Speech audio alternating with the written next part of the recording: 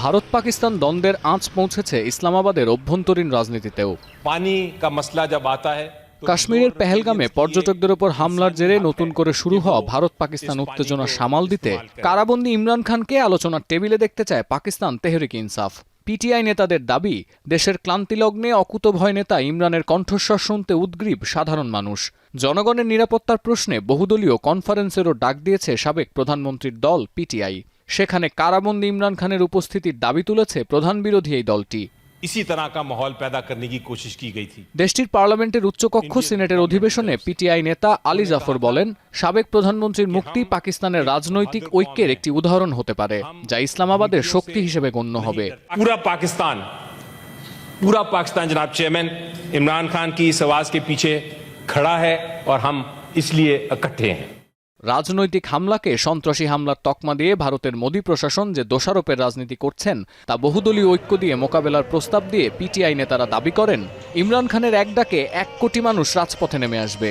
তাই ওয়াঘা সীমান্ত অভিমুখে যে পদযাত্রার পরিকল্পনা চলছে তা সফল করতে ইমরানকে টেলিভিশনে ভাষণ দেওয়ার অনুমতি দেওয়া উচিত বলেও সিনেটে উল্লেখ করে বিরোধী দল।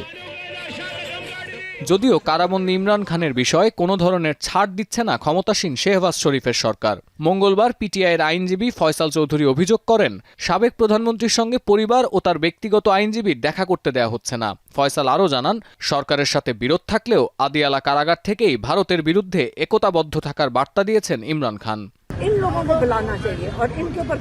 এদিকে দ্বিতীয়বারের মতো কারাগারে ভাইকে দেখতে এসে ইমরান খানের বোন আলিমা খান দাবি করেছেন, শেহবাজ শরীফ সরকার ভারত পাকিস্তান উত্তেজনা প্রশমনে তেমন গুরুত্ব দিচ্ছে না। যদি সত্যি গুরুত্ব দিতেন তাহলে নিজেরাই আদিয়ালায় এসে ইমরান খানের পরামর্শ চাইতেন। हालात पाकिस्तान और हिंदुस्तान के सीरियस हैं। अगर सीरियस होते ना, मुझे तो ये नूरा कुश्ती लग रही है, क्योंकि अगर सीरियस होते इस वक्त इमरान खान के पास ये खुद आके बैठे होते। সরকারের সূত্র বলছে, পেহেলগাম হামলার জেরে তৈরি হওয়া অস্থিরতার মধ্যে সরকারকে চাপ দিয়ে ইমরান খানকে মুক্ত করতে চায় পাকিস্তান তেহরিক ইনসাফ। যদিও ইমরান খানের দল বিশ্বাস করে, উদ্দেশ্য প্রণোদিত মামলায় আটক সাবেক প্রধানমন্ত্রীর নিঃশর্ত মুক্তি এখন জাতীয় দাবিতে পরিণত হয়েছে। সতীর্থ কর্মকার, এখন বিশ্ব। লিলি হালাল বিউটি সোপ, বিএসটিআই কর্তৃক সনদপ্রাপ্ত দেশের প্রথম হালাল বিউটি সোপ, দীপ্তিময় উজ্জ্বল ত্বকের জন্য।